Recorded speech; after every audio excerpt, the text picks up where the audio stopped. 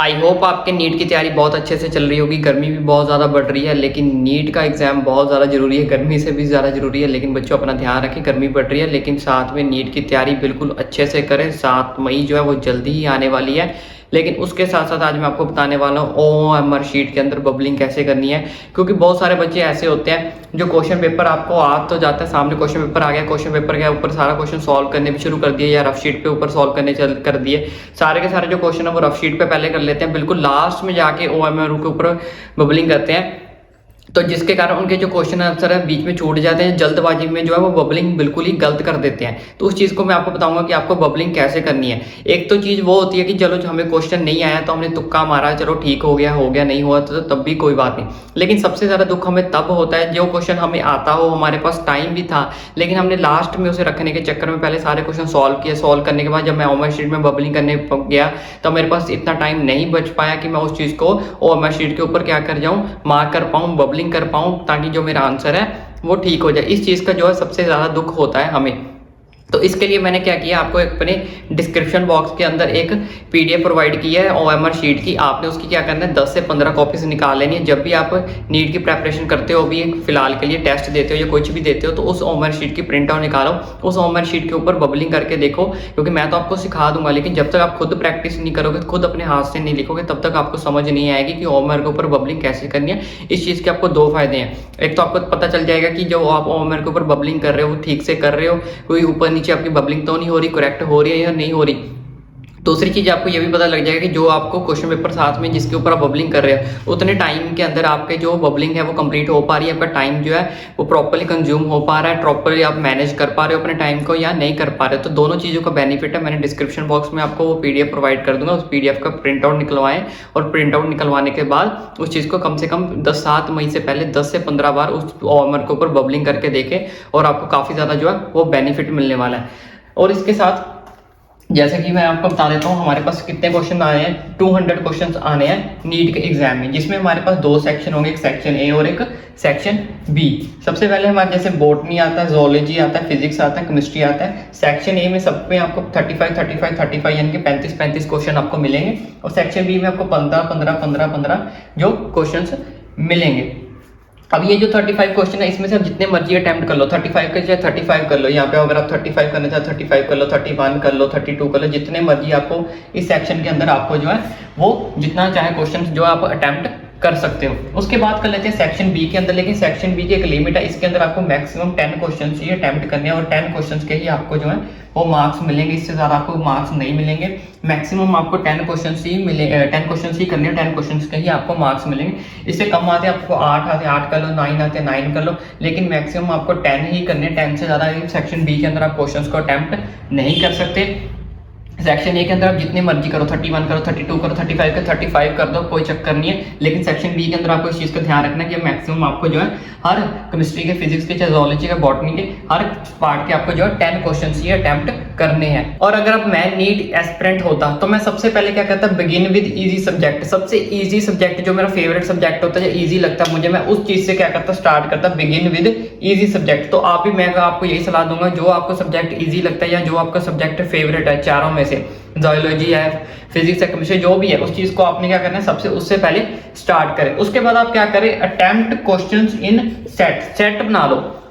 जो भी आपका सब्जेक्ट है आपको इजी लगता है, उसके हिसाब से आपने क्या करना है, सेट बना लेना है। 20 क्वेश्चन का सेट बना लो, 15 क्वेश्चन का सेट बना लो, अपने हिसाब से क्या कर लो, सेट बना लो। उसमें क्या करना है, जब आपने क्वेश्चंस का सेट बना लिया, चाहे 20 क्वेश्चन का सेट बना लिया, चाहे आपने 15 क्वेश्चन का सेट बना लिया, उस चीज को क्या करो, क्वेश्चन पेपर के ऊपर सॉल्व करो। क्वेश्चन पेपर के ऊपर सॉल्व कर लो, रफ शीट के ऊपर सॉल्व कर लो, या फिर आपने क्वेश्चन पेपर के ऊपर सॉल्व कर लिया, तो आपने क्या करना है, हल्का सा मार्क लगा लेना है। जैसे क्वेश्चन 1 का क्या है, ये क्वेश्चन पेपर है, हल्का सा मार्क लगाना, ज्यादा बड़ा मार्क मत लगाना, क्योंकि ज्यादा बड़ा मार्क लगाना अलाउड नहीं है। आप हल्का सा डॉट लगा सकते हो। जैसे आपको लगता है कि फर्स्ट का क्वेश्चन का आंसर A है, फिर B है, फिर C है, फिर D है, इस तरह से आपने क्या करना है, अपने 20 क्वेश्चन या 15 क्वेश्चन अपने क्वेश्चन पेपर के ऊपर डॉट लगा लेने हैं। क्योंकि बहुत सारे बच्चे ऐसे होते हैं जो पहले क्या करते हैं, पूरा क्वेश्चन पेपर सॉल्व कर लेते हैं, क्वेश्चन पेपर के ऊपर मार्क कर लेते हैं या रफ शीट के ऊपर मार्क कर लेते हैं। उसके बाद क्या करते हैं, अपने आंसर OMR शीट के ऊपर बबलिंग करने जाते हैं, जिसके बाद टाइम की कमी पड़ जाती है। इसके ऊपर जल्दबाजी में, हड़बड़ी में आधा क्वेश्चन अटेम्प्ट कर पाते हैं, आधे नहीं कर पाते, या फिर आधे गलत अटेम्प्ट कर देते हैं। तो हमने उस चीज को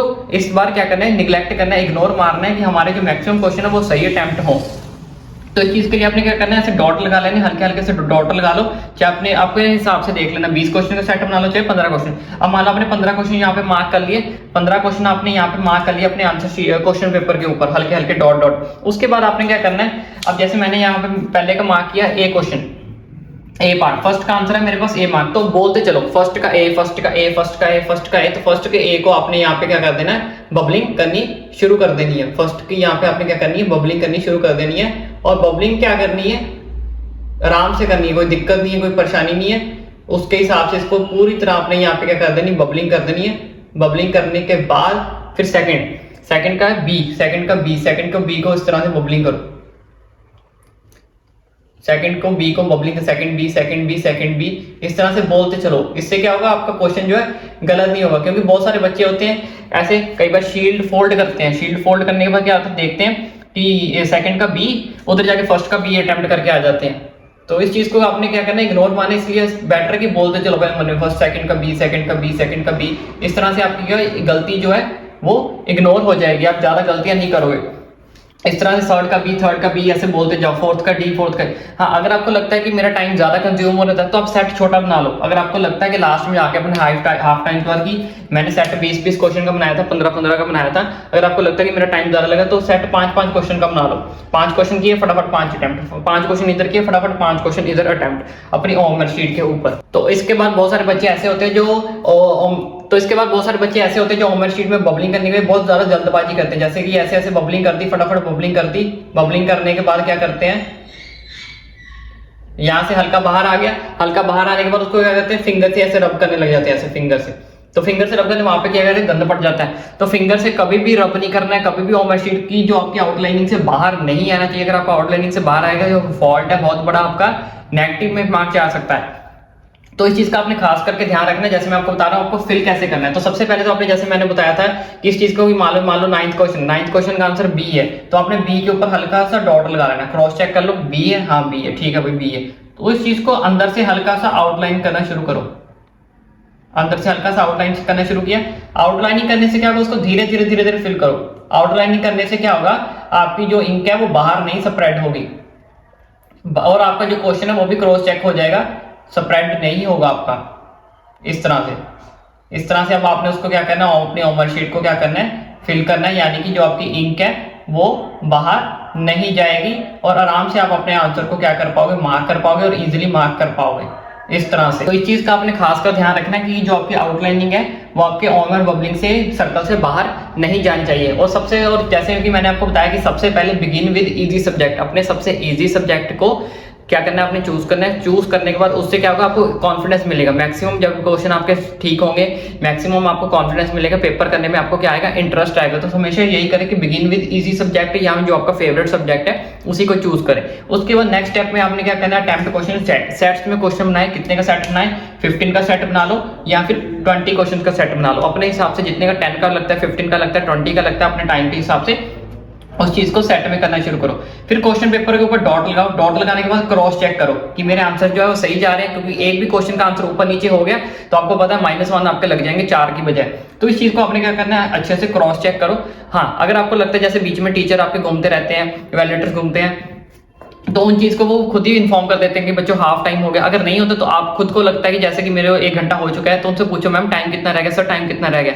अगर आपको लगता है कि टाइम मेरा कम रह गया है लेकिन मेरे क्वेश्चन ज्यादा पड़े हैं, तो आपने क्या करना है, उस चीज को 5 क्वेश्चन का सेट बना लो, या 3 क्वेश्चन का सेट बना लो। 3 क्वेश्चन का सेट बनाने के बाद 3 क्वेश्चन यहाँ पे अटेम्प्ट किए, फटाफट 3 इधर अटेम्प्ट किए, क्वेश्चन पेपर के ऊपर 3 इधर डॉट लगाओ, इधर फटाफट अटेम्प्ट करते जाओ। क्योंकि इससे क्या होगा, क्योंकि बहुत सारे क्वेश्चन ऐसे होते हैं जो आपको आते होते हैं लेकिन टाइम की कमी की वजह, अगर सारे क्वेश्चन आप क्वेश्चन पेपर पे पहले डॉट लगाने लग जाओगे या रफ शीट पे सॉल्व करने लग जाओगे, होमवर्क शीट पे केयरफुली फिल करने होते हैं। क्योंकि जल्दबाजी में ऐसा हो जाता है कि हल्का सा भी बाहर आ गया, वो क्वेश्चन आपका रिजेक्ट हो जाएगा। तो इस चीज को भी हमने बहुत ज्यादा ध्यान रखना है कि हमारा क्वेश्चन रिजेक्ट ना हो, क्योंकि जब क्वेश्चन आता हो, आने के बाद वो क्वेश्चन रिजेक्ट हो जाए तो बहुत ज्यादा दुख लगता है, बहुत ज्यादा दर्द होता है। तो अगर क्वेश्चन ना आता हो फिर अलग बात है, लेकिन क्वेश्चन आने के बाद अगर ऐसी गलती हो जाए तो बहुत ज्यादा तकलीफ होती है। तो इस चीज को आपने क्या करना है, 5 क्वेश्चन का सेट बना लो, 3 क्वेश्चन का सेट बना लो, टाइम पूछते रहो। तो अगर आपको लगता है कि मेरे पास टाइम कम है, टाइम मेरा ज्यादा कंज्यूम हो गया है, या मैंने टाइम ज्यादा लगा दिया, मेरे पास टाइम कम है, क्वेश्चन ज्यादा पड़े हैं, यानी कि फिर 30 35 25 30 क्वेश्चन पड़े हैं, 30 35 क्वेश्चन अभी मेरे पास पड़े हैं, तो 5 का सेट बना लो, 3 क्वेश्चन का सेट बना लो। इन क्वेश्चन का सेट 3 इधर लगाओ, 3 इधर लगाओ, 3 इधर लगाओ, 3 इधर। इससे आपका जो है कॉन्फिडेंस भी आपको फटाफट मिल जाएगा। 3 क्वेश्चन से आप फटाफट अपने होमवर्क शीट को भी साथ साथ क्या करते रहोगे, फिल आउट करते रहोगे। इसके अलावा अगर आपके पास कोई बेटर मेथड है तो आप मुझे कमेंट करके बता सकते हो। अदरवाइज मैं तो आपको ये सजेस्ट करूंगा, जो मेरे पास मेथड है जो ये आप डेफिनेटली फॉलो करें। इजी सब्जेक्ट से शुरू करें, डॉट के साथ अपने पेपर को कंप्लीट करें, होमवर्क शीट का ध्यान से रखें।